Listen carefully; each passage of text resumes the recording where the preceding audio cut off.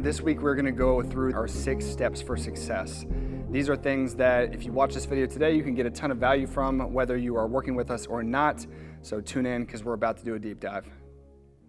The most important part about this is that you understand the big picture. The big picture for us is managing this big umbrella of stress, and that is understanding your load or your recovery capacity. So how much stress can I handle?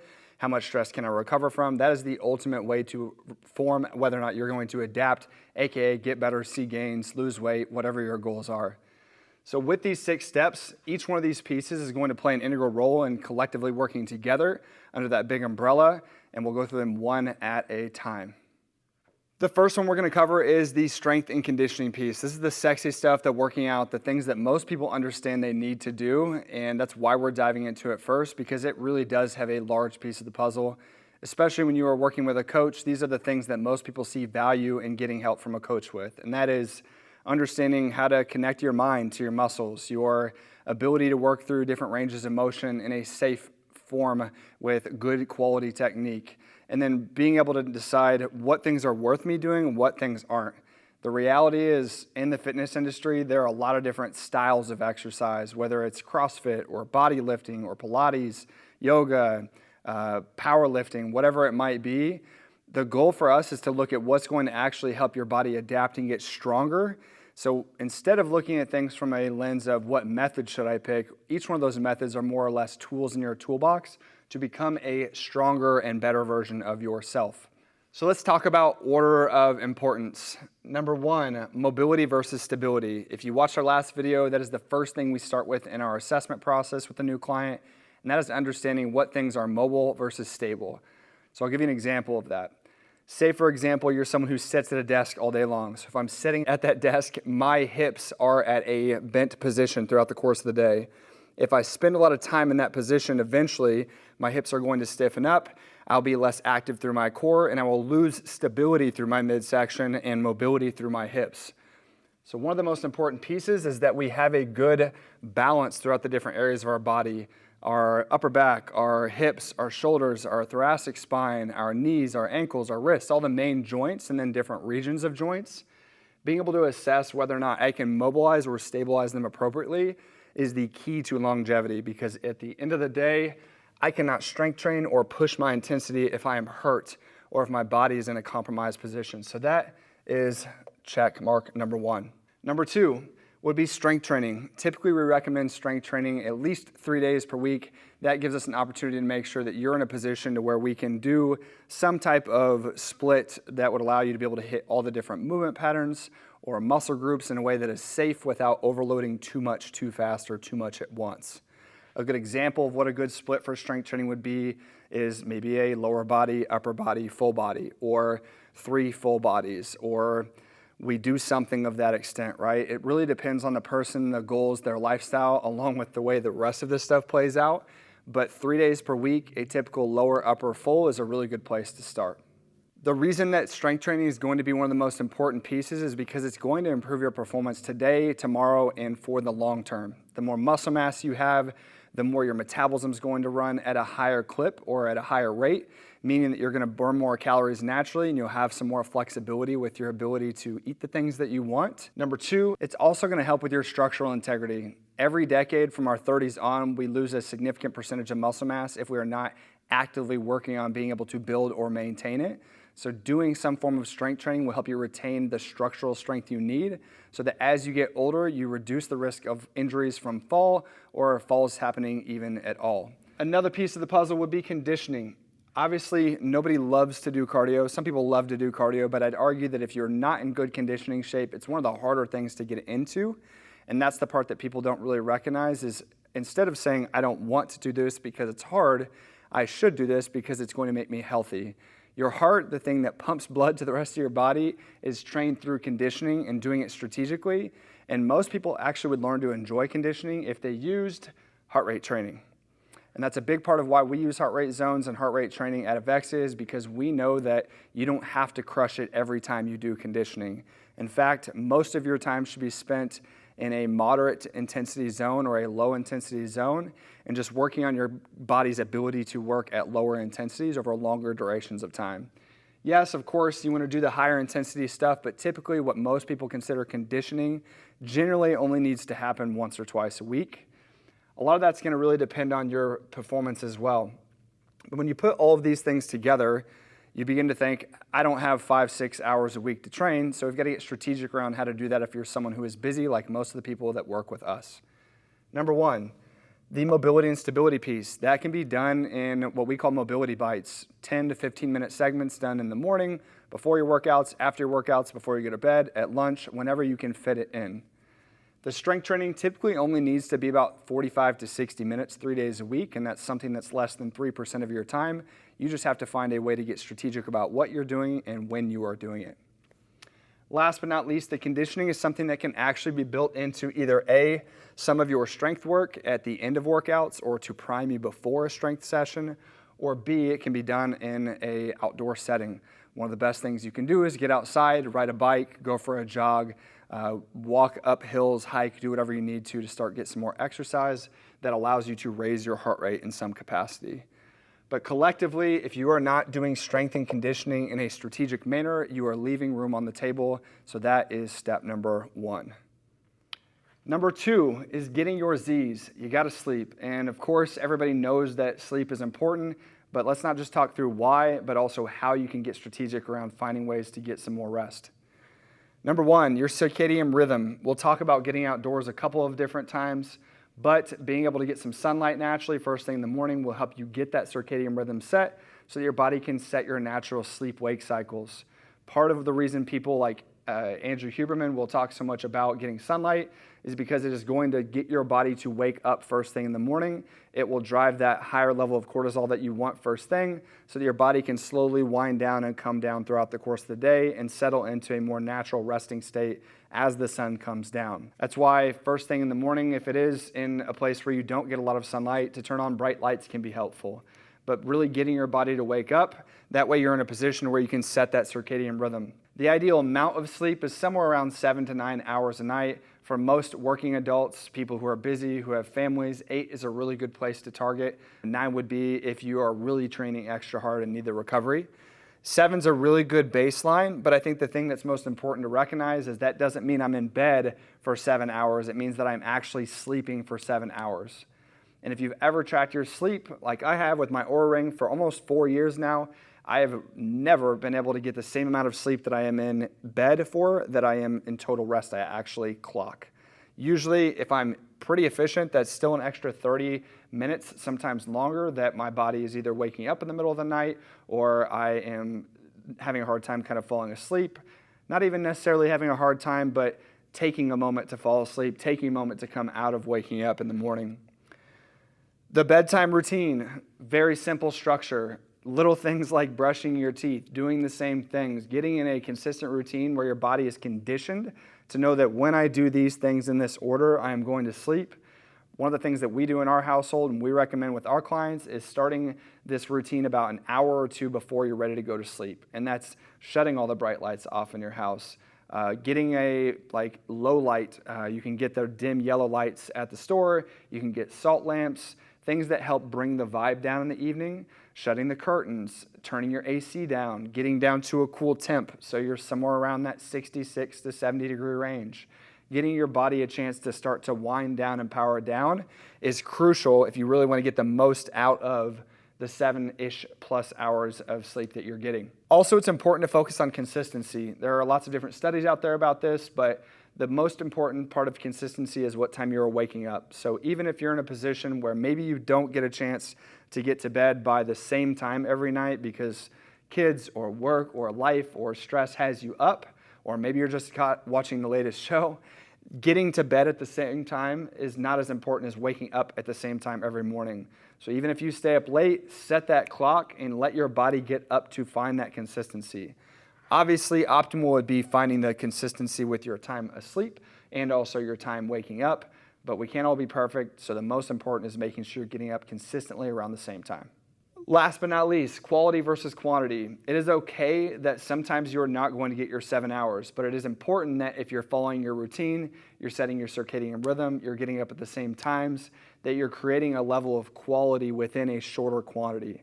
So one of the best things you can do is figure out what I need to do to really create the best environment for me to get the most quality out of, especially if I'm someone who can't get great quantities of sleep, because the reality is sometimes you just can't get enough. So let's make sure we get the most out of the time that we are getting by setting our scene, by doing the right things, by winding down, doing some stretching, meditation, yoga, whatever you need to really calm yourself down and put yourself in that rest and digest parasympathetic state. But what about taking naps, or what about shift work, or what about working nights? Those are all very valid questions, and we work with lots of clients who run into the reality that they're going to need to be on the days sometimes, they're going to be on the nights sometimes, and switching shift work, a lot of the principles apply, but obviously the consistency can't be the same.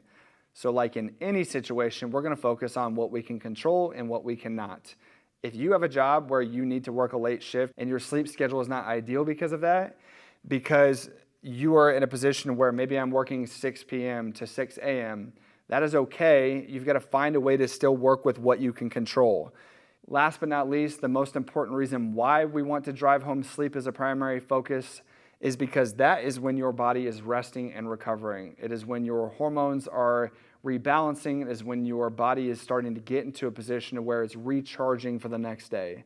So think of it like plugging yourself into an outlet. That is when you are resting, resetting, and building up steam for the next day. We'll talk more about this in a bit, but lack of sleep can actually bleed over into a lot of the other areas in regards to performance, hunger hormones being off, energy, and obviously your ability to go out and push yourself in other areas. So we'll come back to that, but up next, we'll focus on hydration. This is getting high-quality H2O. So ideally getting some from a filtered source. Tap water is going to be hit or miss depending on where you are at, but you've got to make sure you're getting high-quality H2O. And not to be a water snob, but depending on where you live, getting filtered water can be a massive game changer in the difference in the quality of water you're getting and the things that end up in your water. So that's certainly worth checking out.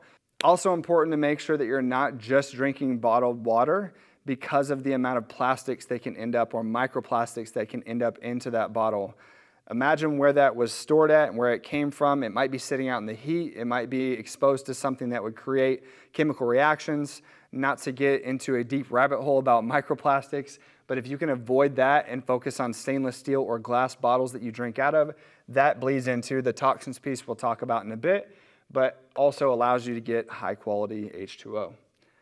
Another piece of the puzzle here on the hydration side is making sure that you're getting the right electrolyte balance. So sodium, potassium, magnesium, calcium, getting the right amounts of especially sodium, especially if you're sweating a lot. When you sweat, your body loses that salt or that sodium. So if you're not getting a whole lot of salt in your foods, making sure that you are replacing with an electrolyte supplement or a drink is going to also be very beneficial, especially if you are training and sweating a lot. Last but not least on the hydration piece is cutting the sugary drinks. This is the coffees, this is the sodas, this is the energy drinks. Those types of things are actually going to do way more harm than they will do good. Not to say that it's something you can't indulge in every once in a while. We'll put a big asterisk over all of this to say that you need to do the right thing 80% of the time, and 20% of the time you got to live a little bit. Doing anything that is taking in calories through liquid is typically not ideal unless you are doing that as a specific supplement intra-workout to get carbohydrates or to recover quickly after something intense. But the sodas, the sugary coffee, the sugary drinks, the drinks that come with heavy calories, unless it's something like a protein shake, I would stay away from it, even if it has protein in it, getting the lower sugar option. Up next, you gotta stay moving. This is probably one of the most underrated pieces because your body is getting a lot of exercise through what is called NEAT, and that is non-exercise activity thermogenesis. What that is essentially all of the daily movement that you don't account for. So me walking back and forth here, this is NEAT. It's exercise that is not exercise, or movement that is not exercise. Some people would qualify this as steps. That's why a lot of people are wearing activity trackers. But really, it's just all movement that is not exercise. And in the world we live in today with technology and the way most people's jobs are, most people are glued to a desk, a computer, a phone, and they are not getting enough NEAT or non-exercise movement. So that is one of the best things you can do. And if you really think about the fact that that is driving circulation, it's driving your metabolism, it is a highly underrated way to be able to drive your health, performance, and longevity. Like we talked about earlier, one of the things that is important for that is the structural ability. If I'm sitting all day long, I am not expressing my body through a full range of motion. And when my joints only work in this small range, they become adapted to that small range. When I try to train outside of them, they get rigid, they're weak, and they are more likely to get injured. So getting plenty of movement to integrate the strength and conditioning you're doing. This can also be things like play. It can be going outside, shooting hoops, playing tennis, playing pickleball, doing exercise in ways that is not specific to exercising, if that makes sense. Also making sure that you're getting plenty of movement outdoors. We've talked about how important sunlight can be just for the sake of getting that natural energy from the earth, but also the healing nature of being out on a trail or just getting some fresh air and going for a walk. Being outdoors is where we were meant to be. We were not meant to be confined to a desk, an office, a room, a couch. So getting some fresh air, getting outside and getting moving, even if the weather's not ideal, bundle up. There's no such thing as bad weather, only bad gear. But get outdoors. Last but not least here, activity trackers, things like Oura Rings, Garmin watches, Fitbits, Whoops, all kinds of different options out there. There's lots of different studies out there that show the validity or accuracy of these can vary quite a bit. But at the end of the day, it's an awareness thing. If you get too caught up in the numbers and you get too fixated on that, that's certainly not the most healthy route to go. But if you like the data and you can handle it in a healthy manner and don't get obsessive about it, it is a tool to drive awareness. So even if it's not 100% accurate, if I genuinely know that I'm getting more steps more often, more non-exercise activity more often, that's going to give me a chance to get some sort of baseline or measurement so I can measure against that and improve.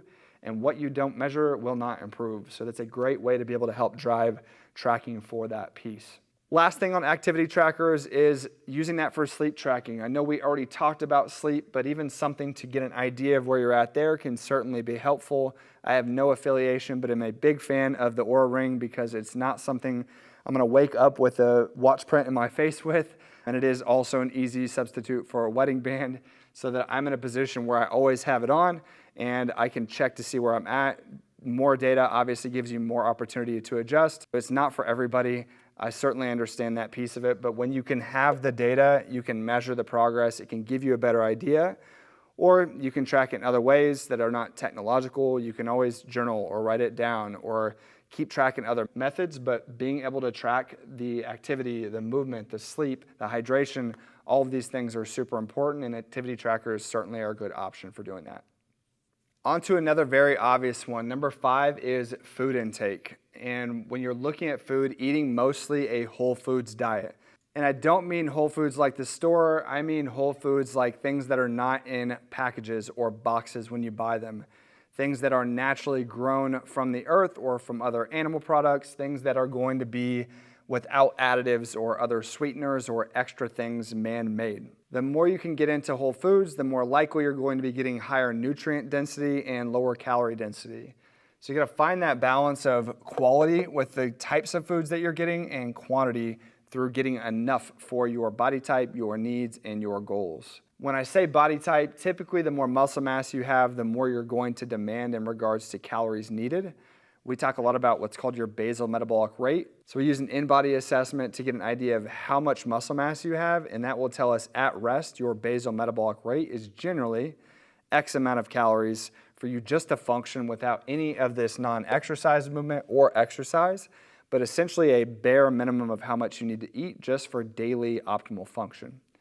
Once we get that, we can factor in how much am I exercising, how much am I moving, how many calories do I need, how much muscle mass do I have, do I want to focus on performance, do I want to focus on weight loss, do I want to focus on muscle building.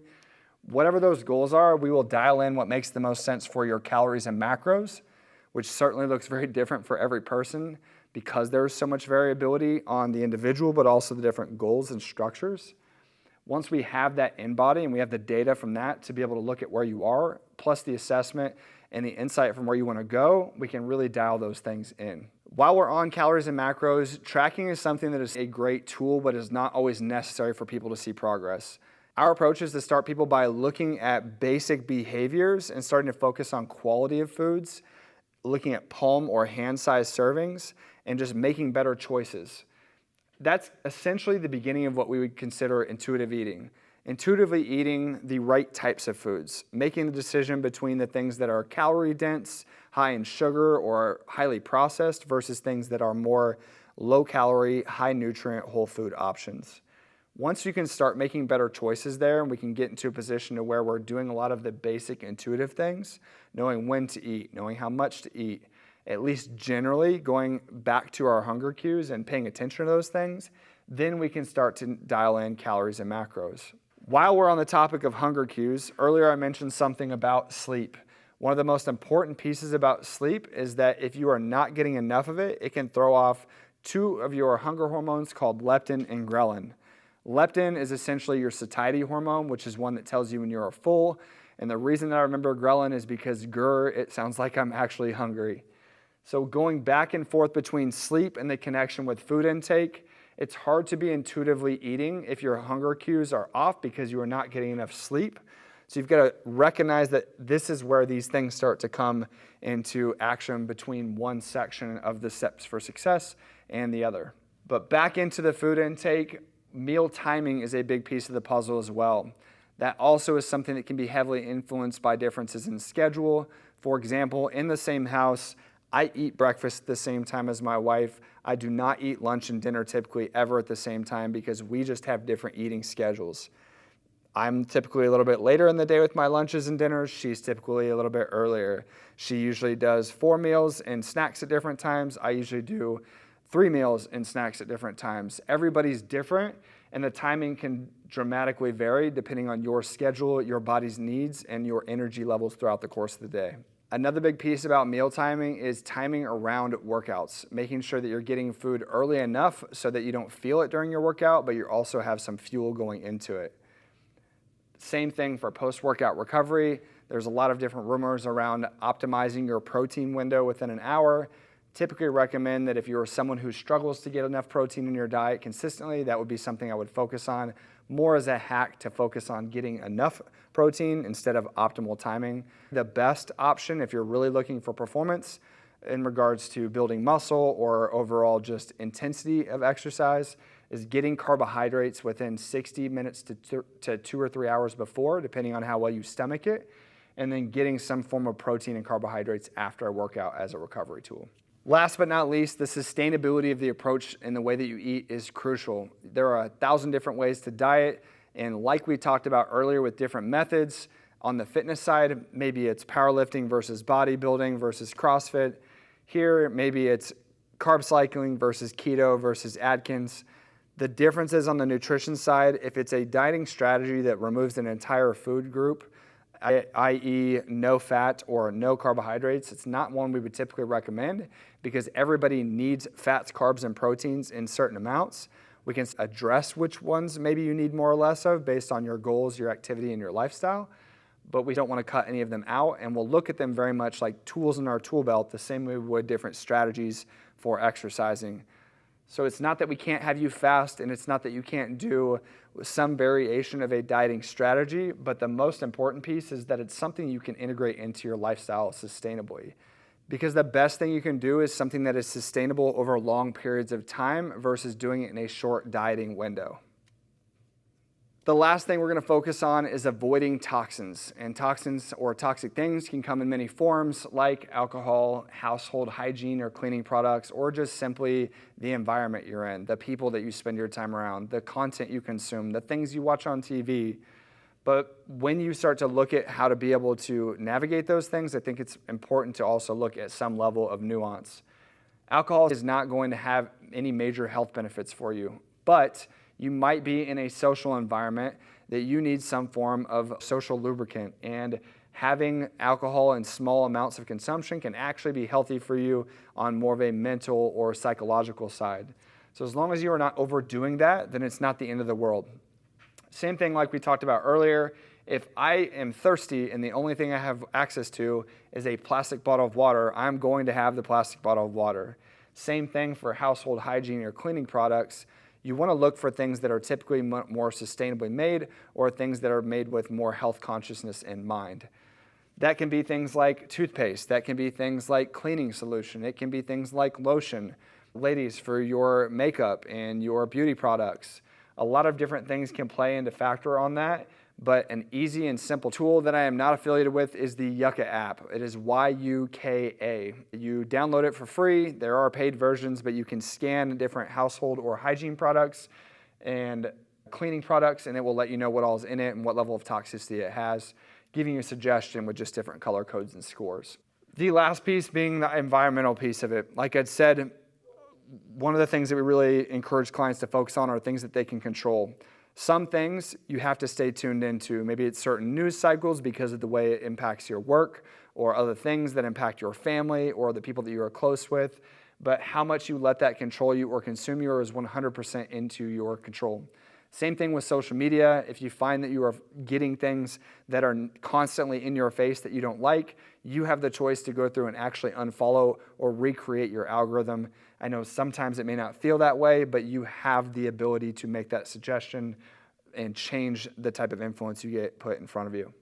Back to the top of what we talked about, these are our 6 steps for success. So one more time, that is strength and conditioning, getting enough sleep, making sure you are properly hydrated, getting lots of non-exercise movement, watching or curating your food intake strategically, and avoiding any unnecessary toxins. The most important piece of this is working all of these things together. The reality is you will never be perfect at all of them, and that is okay. What's most important is that you are looking at what is the weakest link? What are the areas that I specifically need to change because they are obviously the low-hanging fruit for ways for me to improve? That might look like I'm drinking lots of sugary drinks. I could cut those out. I'm staying up late and scrolling on my phone. I could go to bed earlier. I'm not eating very many whole foods. I could get more of that. Exercise, toxins, you get the point. What you need to focus on if you really want to take this and run with it is some form of assessment that allows you to see where you're at in each one of these pieces. If you were working with us, the next step would be not only reviewing why these things are important and brushing over them, but also diving into your specific needs assessment around which area we really want to focus on. Then you set a goal, you talk about necessary skills to acquire that goal, and then tasks to acquire that skill. When you can break it down and reverse engineer it to where I say, in order for me to be able to be more hydrated, I need to make sure that I am drinking more water more consistently. One of those skills is repeated water intake. So in order to achieve that skill, I might set an alarm on my phone that says I need to have 40 ounces done by 10 a.m., 40 ounces by 2 p.m., and 40 ounces by 6 p.m. That gives you 120 ounces a day, which is more than what most people need, but it gives you an example of how I have a goal, the skill required, and the tasks necessary to achieve those skills and goals. Once you've figured out your specific needs, you start to create some structure, but you also have to be adaptable. The reality is you may have a plan, but life is not always going to allow that plan to come to life. Plans are very rigid, while life is definitely more dynamic, so you got to be able to adapt to the plan. Maybe that means that I like to take in more whole foods. I am following a strategic nutrition plan, but my family's in town this weekend and we're going out to eat pizza on Friday night. Part of me adapting that plan will be looking at what is pizza going to give me that's typically going to be higher in fat and carbohydrates. So maybe I limit those things earlier in the day and I focus on getting a ton of protein in and leave myself room to be able to enjoy that without having the guilt. That's an example of how you have structure and adaptability among many other options you could create depending on each specific direction. The last and most important piece of this is that it's all progressive by design. It's easy to say I need to work out and to go into gym and do the same thing every single time you are there. If you're not progressively overloading or progressively building better habits, better routines, and a better strategy that's adapting with where you are and your needs in your life specific to what your schedule looks like, what your demands are, how much stress you have, what availability you have, and how that stuff ebbs and flows, that is going to limit you from really being able to actually see the adaptation and achieve the result you're looking for. And from having decade plus of experience and having worked with thousands of people, I can tell you that the most valuable piece of bringing this all to life is to offload the mental fatigue or the decision fatigue of what to do next. Like when you have any types of car issues, you go to a mechanic. Like when you need to get your teeth cleaned, you go to a dentist. Like when you need to organize all of these things around your health, longevity, and performance, you go to a coach, and now you have an idea of how we bring all these things to life. If you didn't get a chance to see how we attack the movement side of it, that can give you a good starting point from our last video. But this is a peek into all the different things that we focus on with our clients here at Evexia. And if you would like more information about how to bring this life for yourself, we offer free nutrition consultations or no sweat intros at the link in our bio.